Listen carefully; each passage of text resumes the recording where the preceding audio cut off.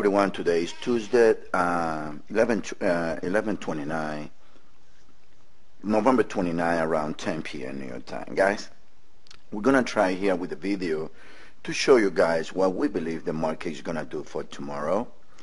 And we're going to try to be as simple as possible and show what's the pattern that we believe is going to take place. We're going to start with the S&P cash. As you guys see here, this is the cash. When you guys can see that the S&P did a five-way swing, a well-defined five-way move from the lows. Now, with this move, the S&P opened the door for a biggest gain because corrections needs to be minimum a 535 if it's gonna be a zigzag correction. Otherwise, the move is gonna be, more bullish.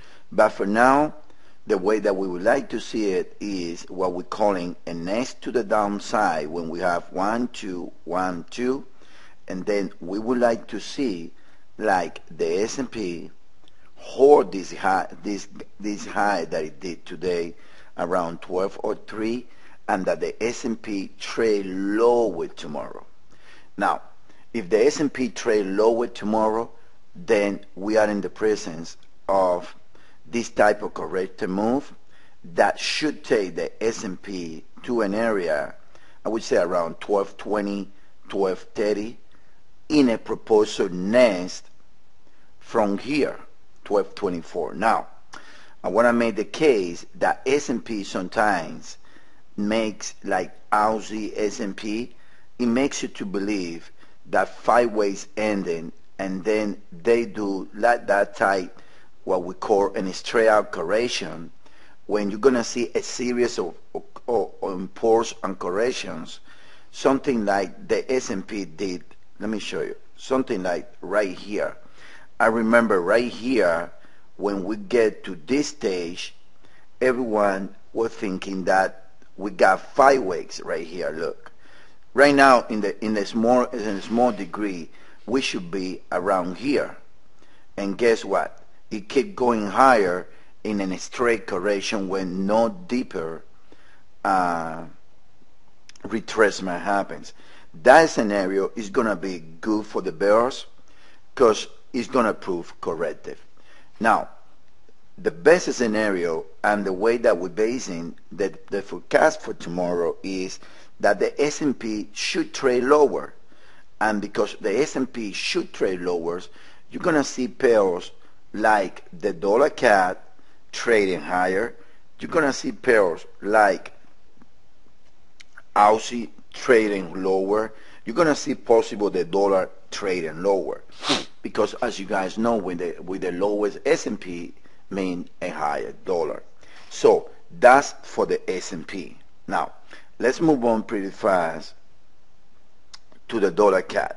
The dollar CAD did a well-defined, so far, a well-defined five-way move from the top, 1, 2, 3 in a regular 4 and a 5, and the dollar CAD should keep trading lower, because as you guys know, after 5, minimum 3 and 5. Lower dollar CAD mean higher S&P. Lower dollar CAD mean higher euro dollar. So we have orders waiting here at 103.88, 104 and 106 to try to cash the second leg down in the CAD. But it looks as a well-defined five-way move. So this is calling for one thing.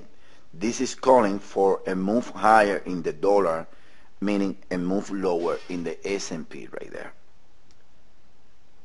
And then seeing the CAD and then seeing Aussie. Let me show you guys Aussie.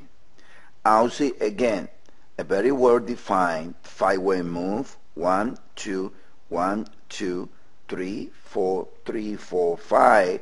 When you got 1, 2, 3, 4, 5, 6, 7, 8, 9 swings, and then from there you're gonna see how Aussie should trade lower tomorrow, meaning lower S&P, meaning higher dollar cap, right?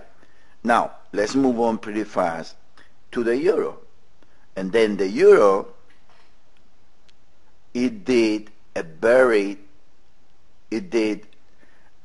tricky move right here. I can count from the lows. 1, 2, 3, 4, 5, 6, 7 swing is a corrective move. Now, how do you laboring? It looks like ABC W, ABC S, ABC Y in a double zigzag correction. Now, ideally, in the euro case, now we are correcting the whole move. We bounced today from the 618 that comes at 132.97 to around, we bounced to the 50% of the decline, which comes right here around 133.70. We try to sell it to cash the C-way here. Now, if this happened, the low should be respected.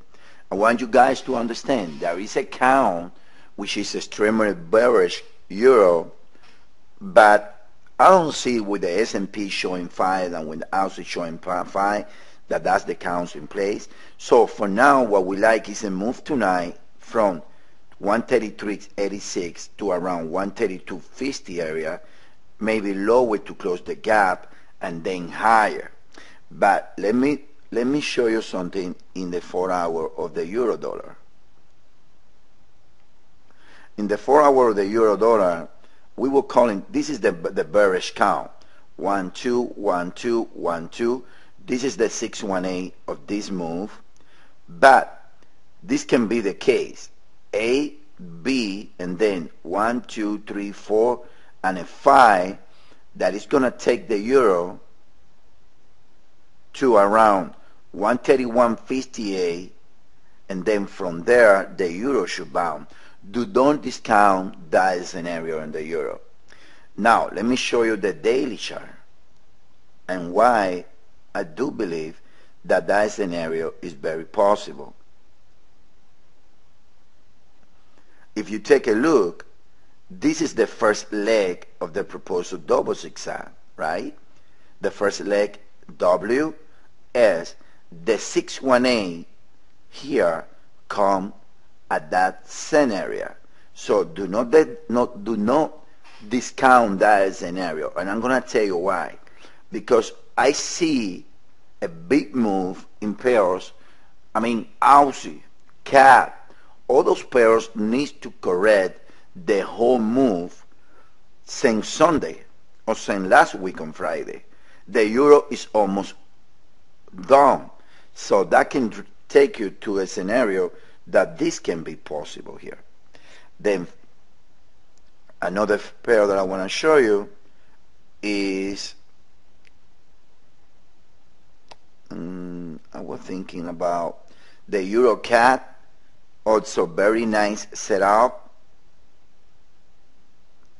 When you have from the top 1 2 1 2 1 2 3 4 3 4 3, and then around 138.31 137.86, this pair should find support or resistance and then trade lower. So technically that's what we see for tonight, guys. We see a possible dollar strength for tonight before another round of dollar weakness start taking place. All right, so let's leave it there and get back to you guys tomorrow. Thank you.